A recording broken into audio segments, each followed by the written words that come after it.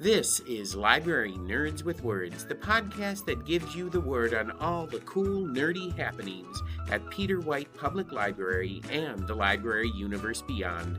From books and concerts to search engines and story times, the library nerds are in and ready to show you that being a nerd can be cool. Get ready, get set, get nerdy.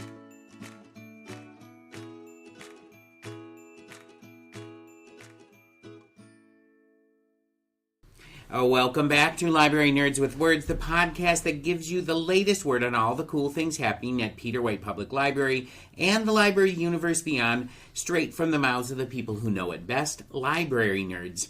I'm Marty Ackett's Adult Programming Coordinator for Peter White Public Library, and joining me today in the PNC, that is the Poetry Nerd Center, is Richmond, Garrett, Administrative Assistant here at PWPL, and one of my favorite poetry nerds on the planet. Welcome to the podcast, Anne. Hello, Marty.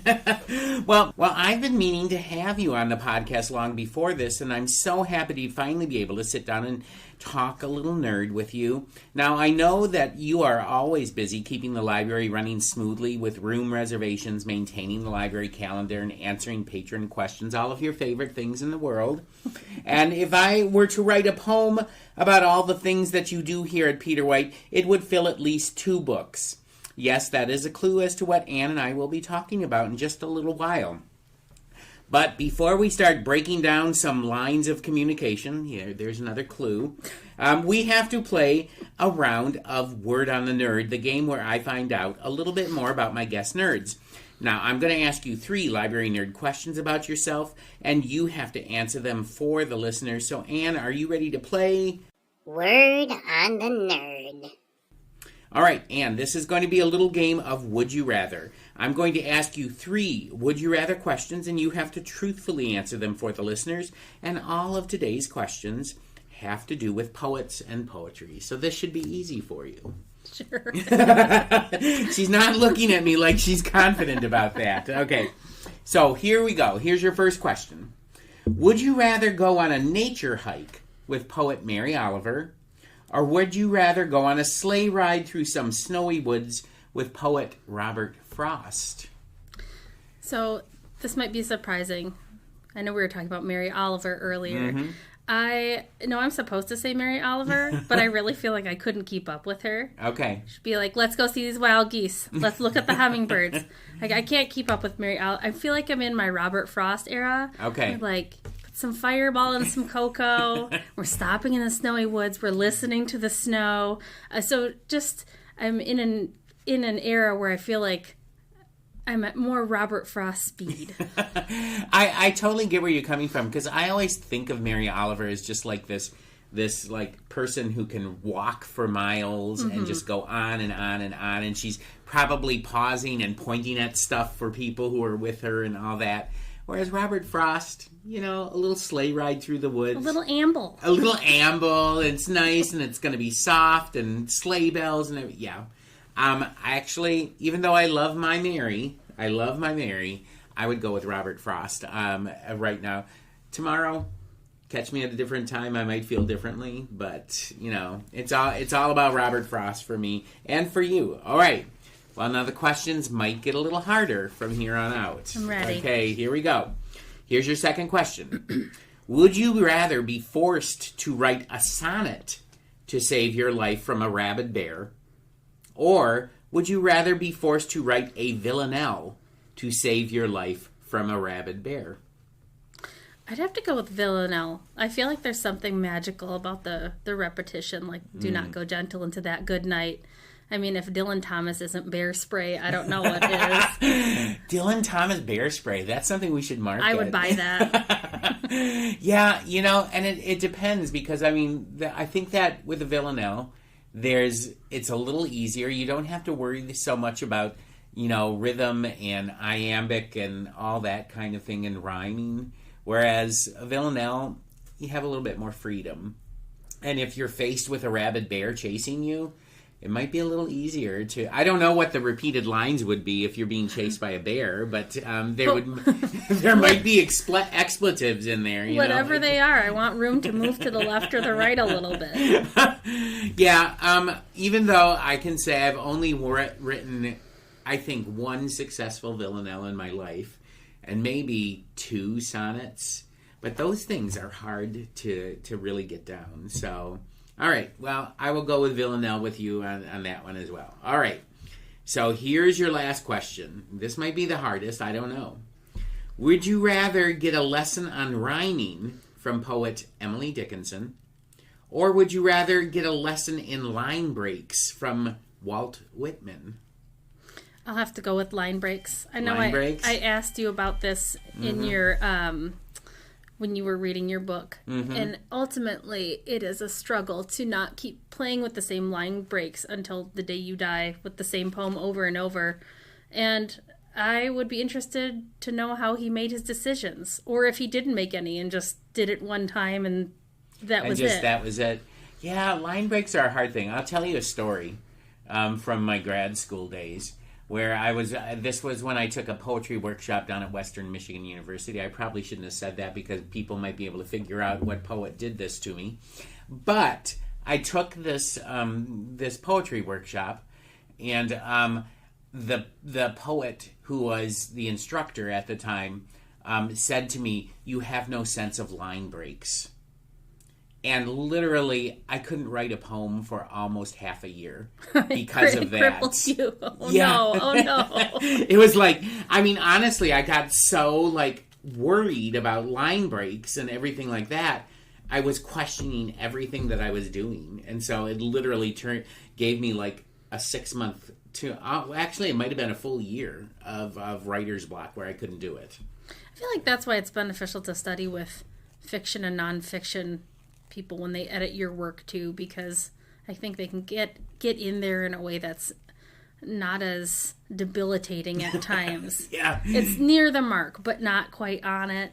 Yeah, I mean, I really loved this person who was teaching this workshop. I mean, I respected this person quite a bit. Maybe that's my problem, is that I respected this person so much that I was like, maybe I am a crap poet and I don't know line breaks and stuff like that. Eventually I had to sort of just step aside from that and say, okay, I'll pay attention to my line breaks a little better, but I think I've gotten better at line breaks. And I do have a poem with me today about your heroes breaking your heart. So okay, well you know what, heroes often do that. So all right, well there you go.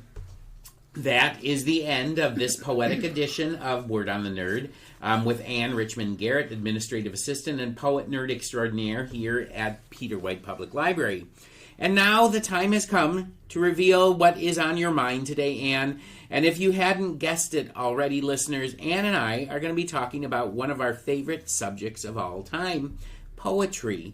I think that Anne and I are the only real poet nerds in the library who can get excited about this. So, and if you're listening to this and you work here and you're in hiding, come see us. If you're like a poet person who just hides because you don't want people to know you're weird, come and join the weirdos. Yes. All right. So why don't we get into the word? All right, Anne, why don't we get down and nerdy about poetry? And the way that I think we're going to structure this, Anne and I've been talking about this for a couple weeks, is we're going to read some of our favorite poets. Since we are recording this the day before Thanksgiving, so these are poets that Anne and I are thankful for, and that the dog hasn't chewed up prior to reading. Anne had a little mishap with Derek Walcott and her puppy, so... All right, well, I'll start us out, all right? Yes. I'm going to start out with probably my favorite, or top 5 favorite poets of all time, and that is Mary Oliver. I love Mary Oliver. I've learned so much about poetry from reading Mary Oliver. And so I'm going to read you her poem. It's coming from her book Devotions, which is just a sort of an anthology of her greatest hits, I guess. And this is Wild, Wild. This is what love is. The dry rose bush, the gardener, in his pruning mist, suddenly bursts into bloom. A madness of delight, an obsession, a holy gift certainly, but often, alas, improbable. Why couldn't Romeo have settled for someone else? Why couldn't Tristan and Isolde have refused the shining cup which would have left peaceful the whole kingdom? Wild sings the bird of the heart in the forests of our lives. Over and over, Faust, standing in the garden, doesn't know anything that's going to happen. He only sees the face of Marguerite, which is irresistible, and wild, wild sings the bird. God. I know. I can't. You just can't. I can't ever end a poem that well. That's just it. It's like, you're going along with Mary Oliver, and you're reading, and it's lovely and everything like that, and then she hits you in the face with those endings. That's why I don't want to go hiking with her. That's why you prefer Robert Frost and some hot cocoa in a sleigh. Yeah, she's truly amazing, and for those people who are out there who don't. I've said this to so many people. For you who think that you don't like poetry, it's because you haven't met the right poet. I think that there's a poet out there for everybody. I truly do. And if you are a nature lover, Mary Oliver's your gal. She really is. I mean, she's amazing. All right, so who would you like to start with in your readings? Let's just fangirl right off the bat. Absolutely. And we'll read some Die Seuss. Yes, and Diane Seuss, who was our keynote poet, our headline poet a couple of years ago for the Great Lakes Poetry Festival. So, and who, if you follow her on social media, or if you like to submit your work, she is just judging and publishing contests constantly. She's all about reading new work, and I just, she could settle into her prizes and decorations, and she just keeps working. So she's wonderful. Okay, this is Pop Song. I met my father again in a video store by the creamery, in a record store on my lunch break, in a museum whisper booth, in Washington Square, performing with a Beatles cover band. And he said to me, "Die," he said. "You're not what I expected." Like an online date who doesn't think you measure up to the photograph. I think he meant I turned out differently than he imagined when I was 3, and I'd already learned to read the newspaper. "Die," he said, and I saw in his face, well, what father would want me for a daughter? If it was as if God looked upon creation and wondered at its atrocities. How, God thinks, could I have effed up so badly, but keeps it to himself? "Die," my father said. We were in the lamb barn of a county fair. The lamb's fleece was matted. They bleated piteously. My father hadn't aged a day. Black hair combed into a wave in front of you could lose yourself in. Children are known to accept their parents' hairstyles without question, no basis, yet to judge. I'm not sure he was glad to see me. To a dead man, a living adult daughter must be such an overwhelm, a real load, and from death he had learned to prefer simplicity, the ephemera of steam rising from a cup. Birds, but he didn't care what kind of birds. He was wearing a humble but clean shirt. He wanted, I believe, to keep it that way. I was like a cake with too many ingredients that had overflowed in its pan, spilled into the oven, and smoldered there. "Die," he said. I could tell he had a mint lozenge in his mouth, one of those that winnows but never really goes away. It wasn't a lamb barn after all. Where we met up, it was a diner, and he did a spin on his stool at the counter as if to entertain me, as fathers are apt to do, or so I've been told. "It's too late for me to be beautiful," I said, the ruin too vast, for I assumed he wanted beauty. Don't fathers want beauty from their daughters? How ashamed he was at my exploits. A nuanced man had lost, in death, all nuance.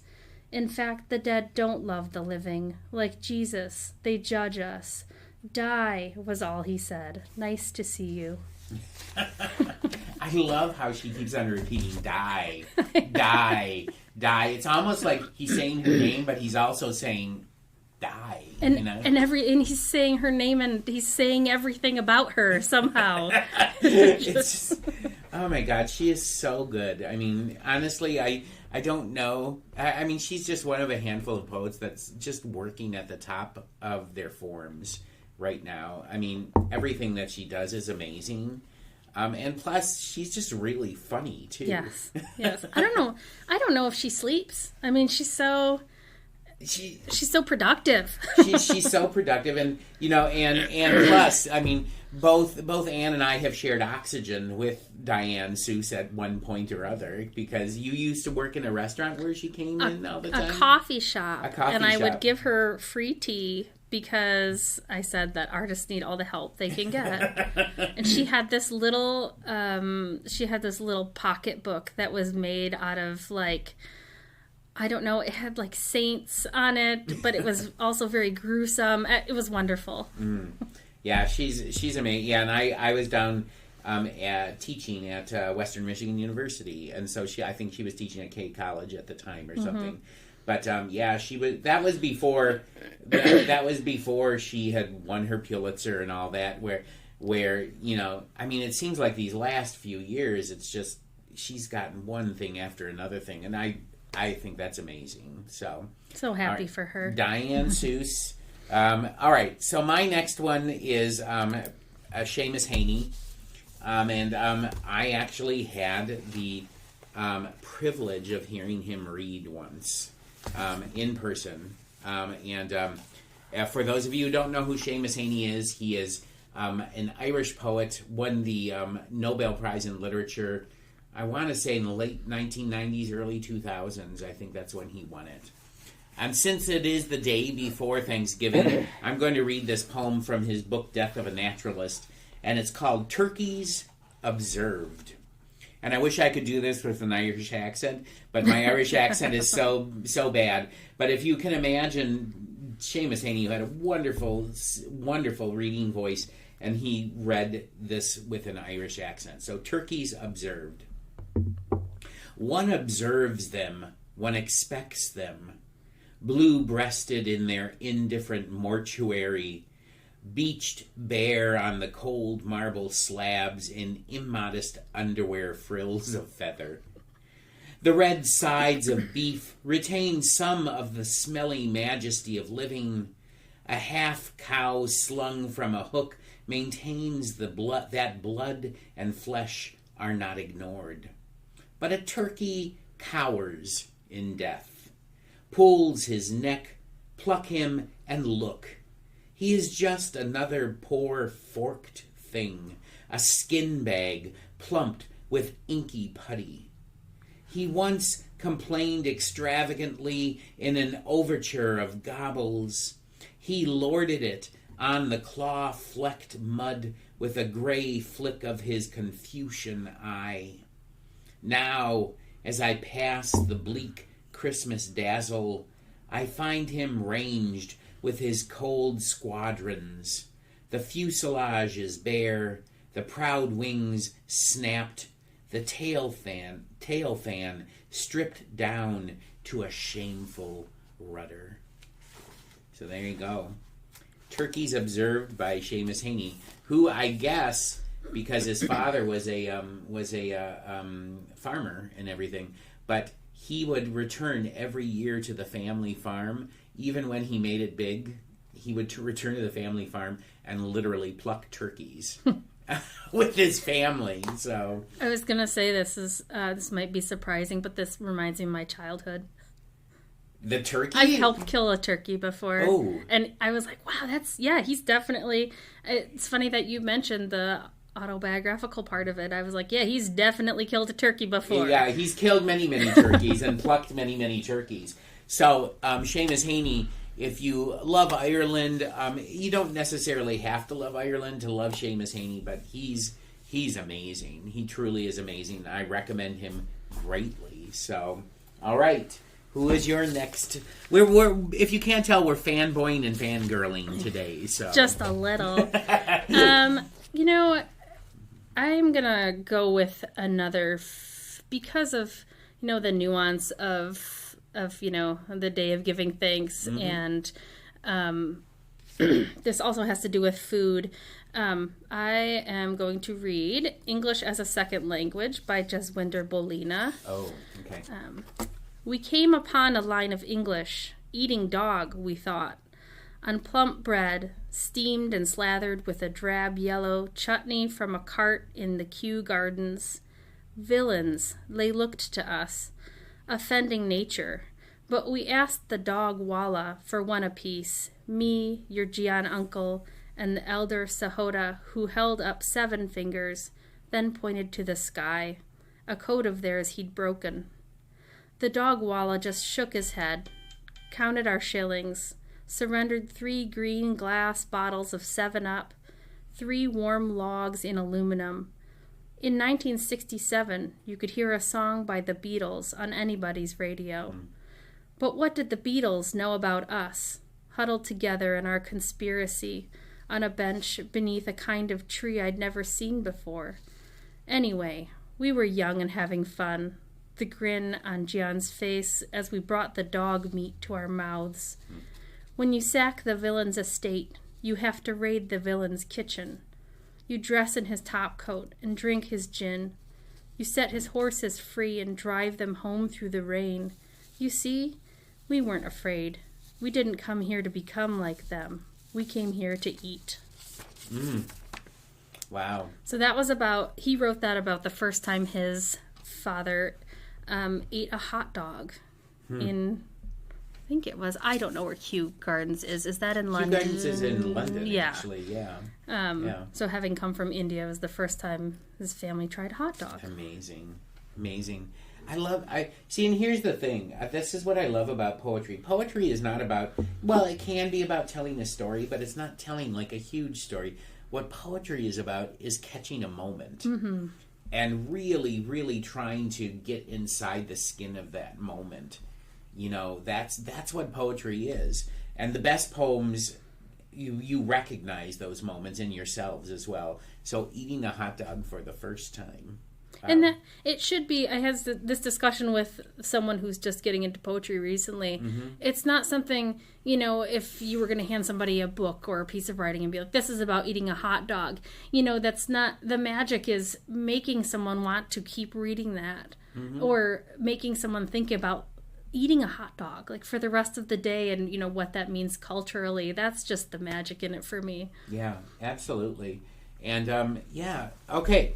Well, now I'm going to go to a poet that both Ann and I love, and he's a local. Well, not local.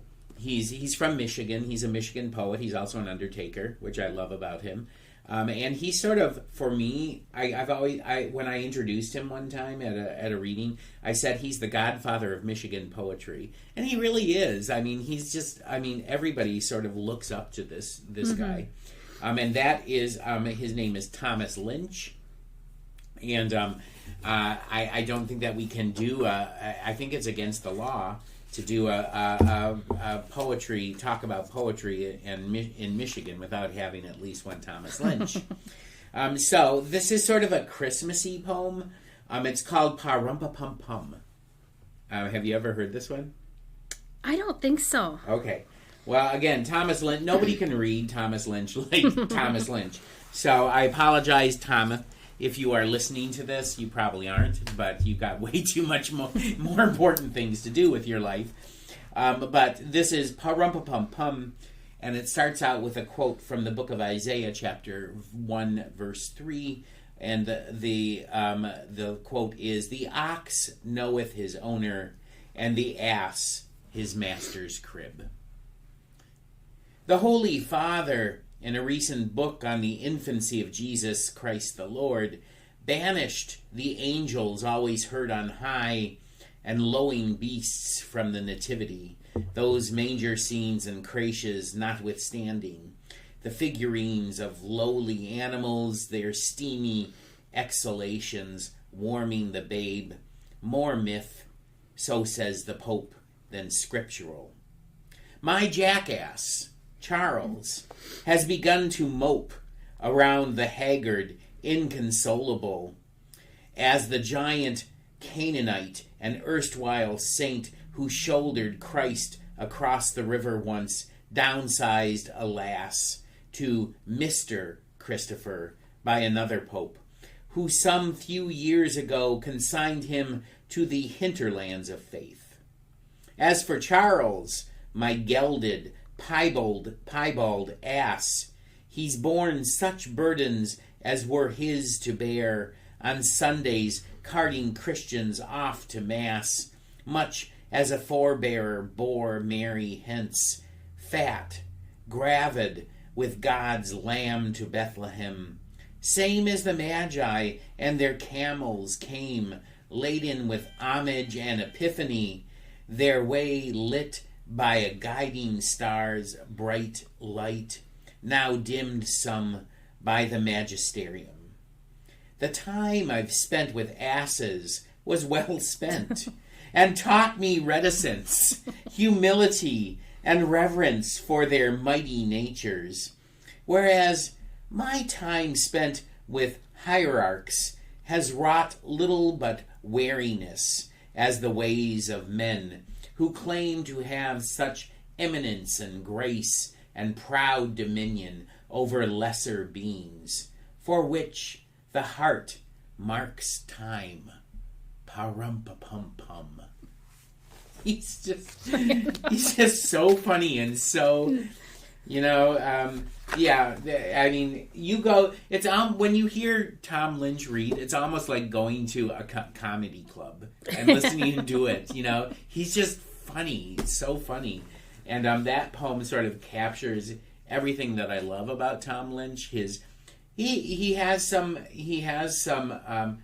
real respect for religion, certain aspects of religion, but he also sees sort of the ridiculousness of some things about religion as well. If you're listening to this and you're saying, you think I'm saying that religion is ridiculous, I'm not saying that. But it's just he has that way about him. He can say some of the most off the wall and weird things, and it's just he's amazing. So Thomas Lynch, I recommend you go with his collection, New and Selected Poems, Bone Rosary.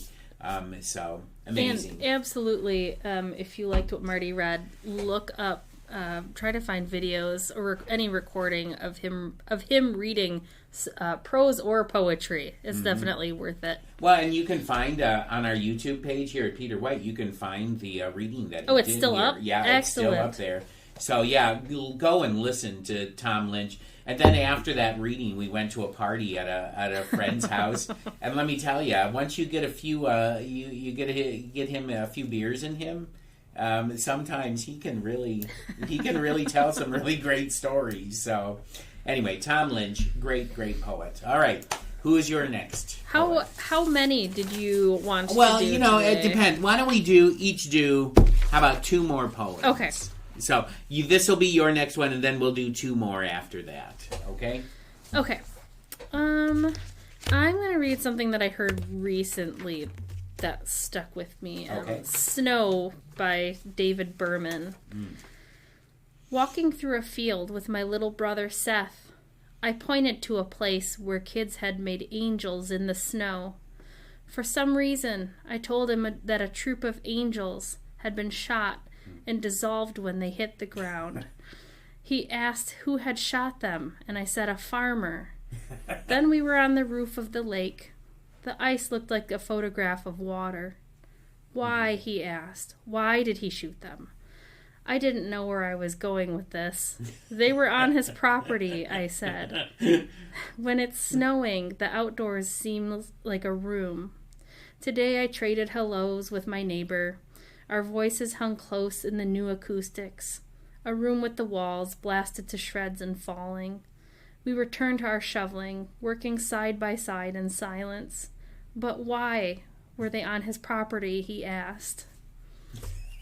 So the prompt in that workshop was to write about a lie you told someone, preferably to a child.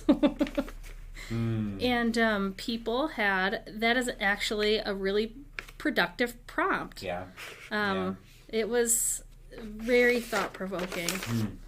And who hasn't? If you have a small child, Yes. or have been around small children, who has not come up out of their butts with some lie to explain something that you just can't? You just don't know. Or telling someone that the Muppets don't work unless you sit on your butt.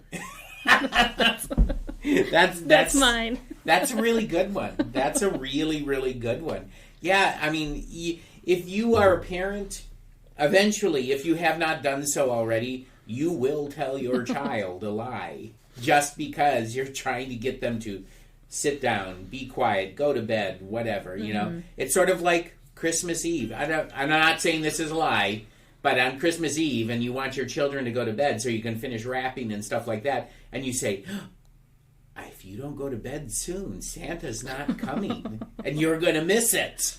There is nothing quicker than that for getting a child to go to bed. Note that, because you're going to have to use that eventually. All right, so we're going to do 2 more poets, and then we're both going to read one of our own poems as well. Maybe we should have started with our poems and not ended with them, because we're reading such great poets. So, all right. I'm going to go with, have you ever heard Todd Konecko? I have not. So he teaches down at Grand Valley State University. And this, I kid you not, has been one of my favorite collections of poems of all time. It's called The Dead Wrestler Elegies. He just released a new edition of it called the Championship Edition. So he's added more poems. But literally, this is what the book is about. It's about wrestlers who've died in various ways, professional wrestlers. And most of them have died in really terrible ways. But I've always loved this particular poem. I've used it in workshops and as prompts and everything. And it's called Selected Legends of Andre the Giant. Oh, that's who I was thinking of when you talked about it. Okay, so Selected Legends of Andre the Giant. Here we go. Number 13. After the dinosaurs fell asleep, after those terrible lizards began their slow decay into mythology, Andre the Giant was there to cradle their bodies in his soft hands and weep. Number 24.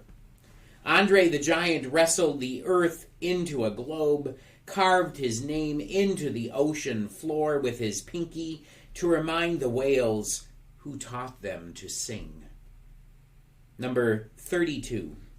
Andre the Giant was a village, then he became a dragon, then he became an army, then he became a king, now he is the wind. Number 40. A man can't body slam Andre the Giant unless he's worthy of slaying a monster, unless the giant decides it's time to lie down. Number 58. Andre the Giant stole fire from heaven, hid it in his mouth, fed it to monkeys one lick at a time until they learned to pronounce his name. Number 67. Before there were boys with magic, beanstalks, with slingshots or singing swords, Andre the Giant brawled with sooty angels, volcanoes spouting from where he buried their hearts. Number 75. Andre the Giant scaled the Empire State Building with Marilyn Monroe in one hand, Cleopatra in the other. They marveled at how small we are. Number 81. Andre the Giant once cracked the sky's ribs, then he was thunder churning like trout, then he was an avalanche of fists and knees, then he was fire burning through the forests, then he was a tidal wave seething offshore. Now he will not be a metaphor. Number 93. When Andre the Giant pitched a man over the top rope and out into the crowd. He aimed at the moon. 100. A man never tells a lie, always treats a promise like his mother's name. Andre the Giant once threw a silver dollar across the Potomac, hit a buffalo in the eye and killed it as it grazed. Number 116. Andre the Giant drank 3 bottles of whiskey and grappled with the devil in a bingo hall in Memphis. Then he invented the blues. Number 125. On television, Andre the Giant grinned with a mouthful of shark's teeth.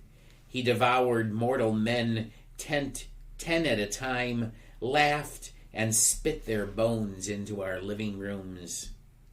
Number 137. Andre the Giant was a Frenchman. Then he became an ogre. Then he became a movie star. Now he is the constellations, all of them. So that's Todd Konetko. Phenomenal. He's amazing. And this book was the one that when I first read it and when I saw him read and talk to him about it, this is the book that gave me permission to write a book about Bigfoot. Because if he can write about dead wrestlers and Andre the Giant and Rowdy Roddy Piper and all those ones, I can write a book about Bigfoot. And so the Dead Wrestler Elegies, if you like wrestling, you would love that book. There's someone I need to get that for Christmas. It's fantastic. There's 2 versions of it, but get the championship edition. It's amazing. Yeah. Let's see. Do I want to read? Yeah, now it's hard because you got to make a choice edit here. Edit this out here. I know.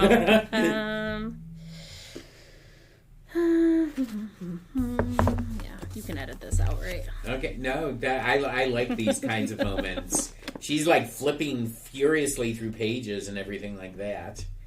Are you going with her? As I cringe, I don't know. Yeah, I'm gonna go with my gut here. Okay. And since it's been, the coldest couple of days that we've had so far, yes. I'm gonna try to go a little hopeful here for everybody. Okay. This is Louise Erdrich, who I adore because I'm holding in my hands poems 1962 to 2012. I don't have the other half yet. I think she's still going. No, she passed away. It was recently. Yeah, she passed away about a year and a half ago. She is the last poet from the United States to win the Nobel Prize for Literature. So far. Die. The pressure's on. Yeah. This is called Snowdrops. Do you know what I was, how I lived? You know what despair is. Then winter should have meaning for you. I did not expect to survive, earth suppressing me. I didn't expect to waken again, to feel in damp earth my body able to respond again, remembering after so long how to open again in the cold light of earliest spring. Afraid, yes, but among you again, crying yes, risk joy in the raw wind of the new world. Yeah, Louise Erdrich is amazing. She's not a warm, cuddly poet. Not ever a warm, cuddly poet. Most of her poems I think of are like razors that sort of cut you when you read them, and she's amazing, astounding. Yeah. And I like in that sort of polarity. I like that she does take the opportunity to offer you, joy. It feels like more of a gift coming from her because I feel like she's actually had to, like most people, I feel like she's had to work for it. She's not the eternal optimist that's easy to ignore. Yeah, that's amazing. And I remember when she won the Nobel Prize, when her name was announced, and there was this little video of her. She was a very private person. She didn't like, people intruding on her private life.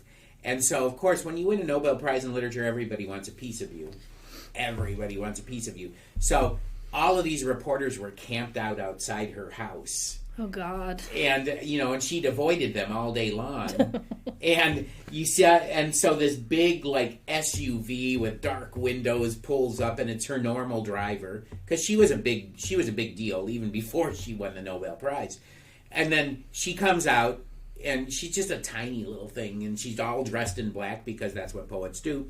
And she's just like, excuse me. And then she gets to the car, and they're yelling questions at her, and there's this guy there that looks like he's Andre the Giant, he's her driver. And she looks at them, and she goes, I'm sorry, this man has a job to do. He needs to drive me somewhere. So I'm sorry, thank you. I'm sorry, I can't talk to you right now. But if you could please step away so that we can get And I was like, wow. Mad respect. She was a woman that could just put people in their place. And I love that. This man has a job to do. And I was like, wow. Okay. So yeah, Louise Gluck, amazing. So my second to last one is going to be my girl Judy Minty, who I was privileged enough to meet and I went out to dinner with her once, and it wasn't one of those dinners where it was just grad students. It was like this one-on-one thing. So really wonderful. And she wrote this book called Yellow Dog Journal. If you are a UP poet, you need to have Yellow Dog Journal, because it's a book literally about her a fall and a spring that she spent on the Yellow Dog here in the UP. She had a camp out that way. So I'm going to, and she was fascinated with bears. She was as fascinated with bears as I was with Bigfoot. So this is, there's no titles to these poems. They're all numbered. So this is number 29 from the spring section of the book. So here we go. When I last dreamed the bear, he rose from the earth. The trees parted in his path, twigs snapping, cracking from his weight, his flesh swaying as he lumbered up the hill. When I last dreamed the bear, he climbed the stairs to my porch. The rough pads of his feet brushed in whispers on the wood, my eyes sliding back into my head when I turned to face him. When I last dreamed the bear, he laid his black head on my thigh, the bear smell rising rank around us, his coat bristling my skin, the great weight of him leaning into me. And though we never spoke, I knew then that he loved me, and so began to stroke his rough back, to pull him even closer. It scares me. It scares you, but I mean, it's an amazing poem, No, you can feel the bear. You can feel it. You can feel his breath, and the fact that she's having this like really, I don't know if you can call it sexual, but really intimate moment with this creature. She loved bears so much, and she's having this like intimate encounter. I did not, in my book of poems about Bigfoot, have sex with Bigfoot, but save that for the sequel. We'll save it for the sequel. But yeah, Judith Minty, Yellow Dog Journal. It's still in print, and I have like a signed first edition of her hardcover of it. But this is an amazing book. I will loan it to you, and if you want to read it, because she is like absolutely stunning. Absolutely stunning. This is my. I think this is the one that she wrote out to me. Yeah.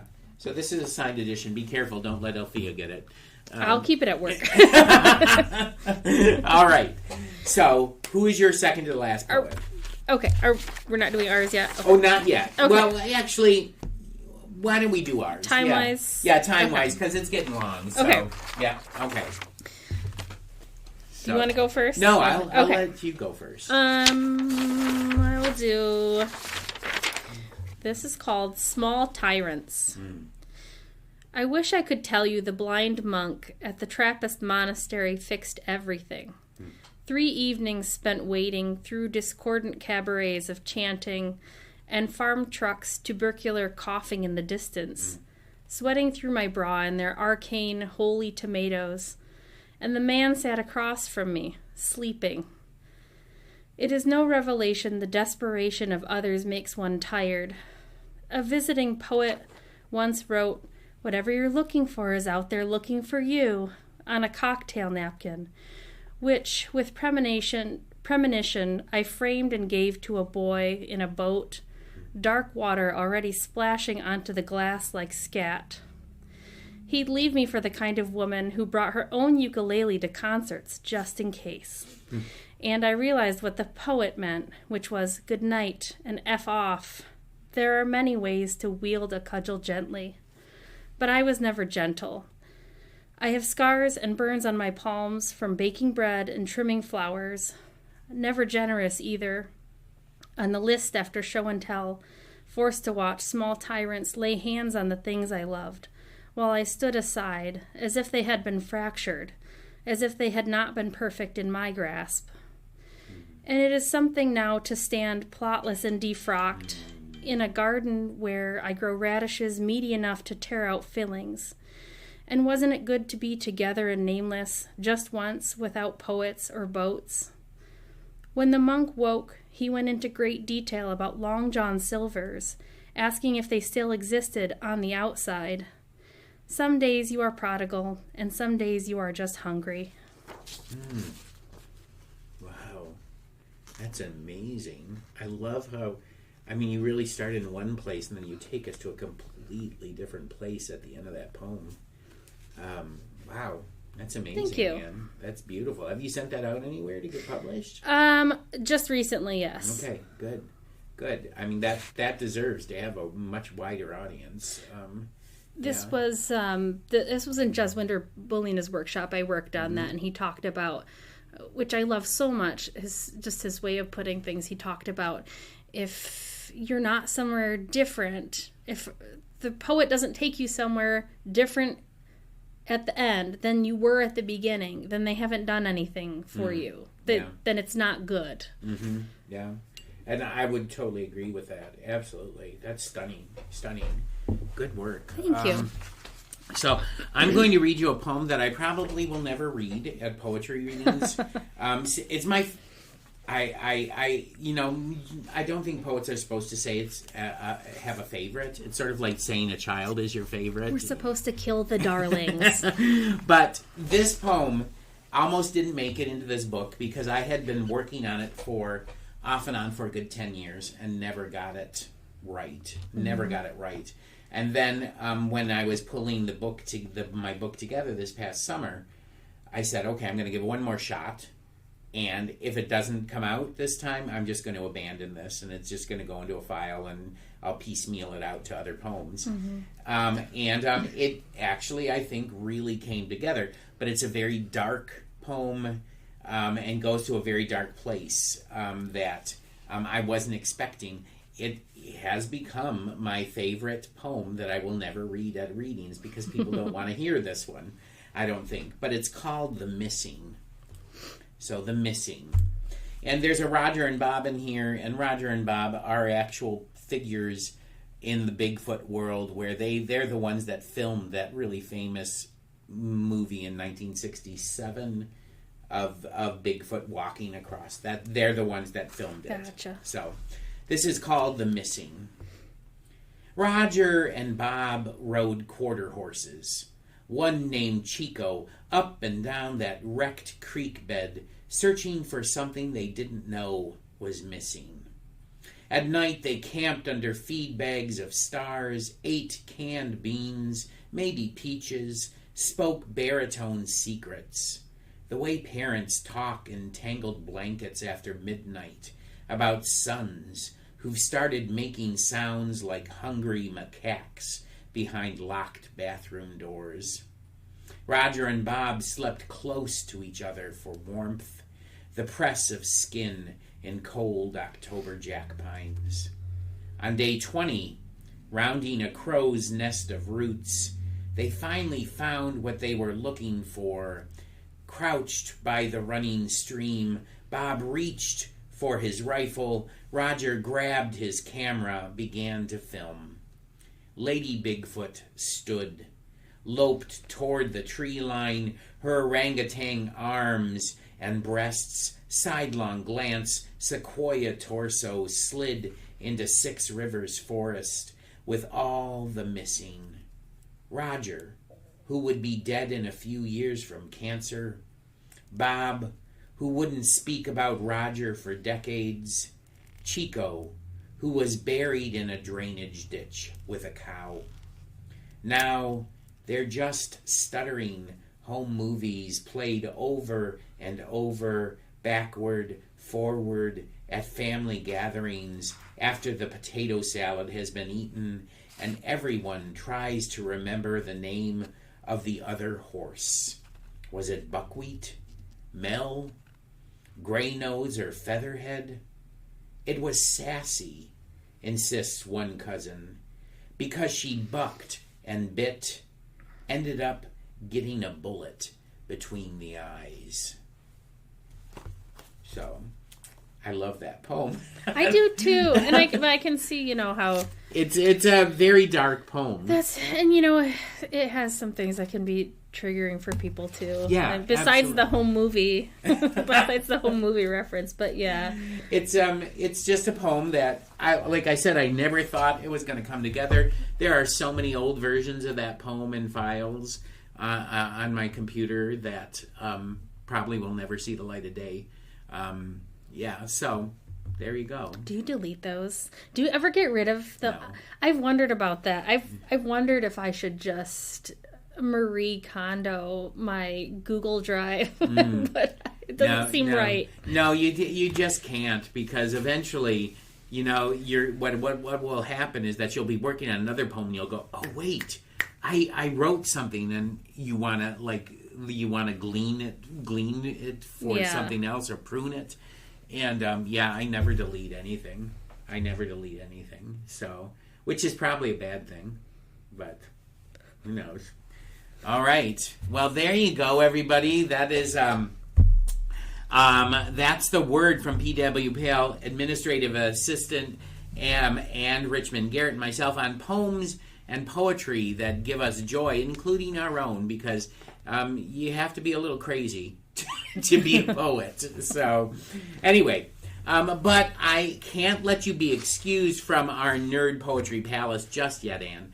We need to do one more thing. We have to talk about a book that has been keeping you up at night or distracting you during the day. It's a little thing on the podcast we call Off the Shelf. All right, Anne, what have you been reading recently that you've really loved? I have bags under my eyes that you can see clearly from staying up at night to finish Louise Erdrich, The Mighty Red. Okay. Go get that immediately if you haven't already. And the audiobook is actually quite good as well. The Mighty Red. What is it about? Can you give us a little synopsis? Oh, I mean, the Louise Erdrich, there are some offshoots of, earlier characters. I think it's connected a little bit to I believe it's the Beat Queen. Okay. But it's about, I would say, a sort of families, but also a tragedy that happens in a small town where farming of sugar beets is, the primary economy, and the way the ripple effect sort of affects people in different ways that are not obvious. Okay. And Louise Erdrich does do that, like characters that are minor characters or stuff in other books, suddenly you see them reappearing and they become the main character in another novel or something that she writes. And she's amazing no matter what she does. The last book I read of hers, The Sentence, which was that ghost story. It was a ghost story set in a bookstore. Loved that book. And actually it's sort of like this metafictional thing because Louise Erdrich is actually in the book as well and everything like that. But Louise Erdrich, that's her newest book, The Mighty Red. And, in the connection to poetry, her sister, Heide Erdrich, is a really, really amazing poet as well. And I've been chasing her, trying to get her booked for the Great Lakes Poetry Festival this coming April. Haven't been successful yet, but I have a friend who is a good friend of hers, so I've been trying to lean on my friend a little Good bit. luck. All right, so it's Louise Erdrich's The Mighty Red. There you have it. That's a recommendation of a book from Anne that you should run to the library and pick up off the shelf. And we have come to the end of this poetry episode of Library Nerds with Words. I want to thank Anne Richmond Garrett, Administrative Assistant here at PWPL, for joining me today. And once we get closer to the Great Lakes Poetry Festival, we will have to sit down again for another poetry conversation, Anne. But come back next week when I will be sitting down for a conversation with everyone's favorite nerd all-star, Lynette Succo, Assistant Head of Adult Services here at PWPL. Until that time, everyone, stay nerdy. Thank you for listening to Library Nerds with Words, Peter White Public Library's weekly podcast, giving you the word on what's cool at the library. The theme for the podcast is Happy Clappy by John Bartman, used courtesy of Pixabay. This episode was written and produced by Martin Acketts and sponsored by Peter White Public Library. Until next week, pick up a good book, listen to some good music, watch a good movie, attend a great event, and remember, library nerds are the coolest people around.